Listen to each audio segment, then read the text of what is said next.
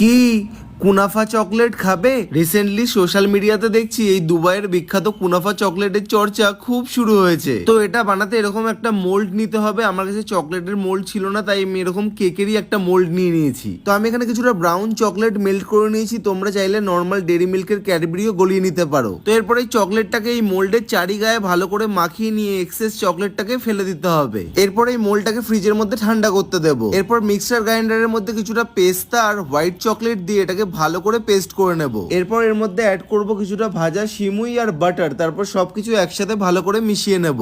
এরপর ফ্রিজ থেকে চকলেটের মোল্ডটা বার করে ওর উপরে ওই সিমাইয়ের পেস্টটা ছড়িয়ে দেব। এরপর ওই মেল্টেড ব্রাউন চকলেটটা এর উপর ভালো করে ছড়িয়ে দিয়ে কভার আপ করে দেব। ব্যাস আর কি, এটাকে ফ্রিজের মধ্যে রেখে জমিয়ে নিলেই আমাদের কুনাফা চকলেট রেডি। উফ, মোল্ড থেকে বার করে যখন ভেঙে মুখের মধ্যে পুড়বে না, একটাই কথা বলবে, পুরো মাথা নষ্ট।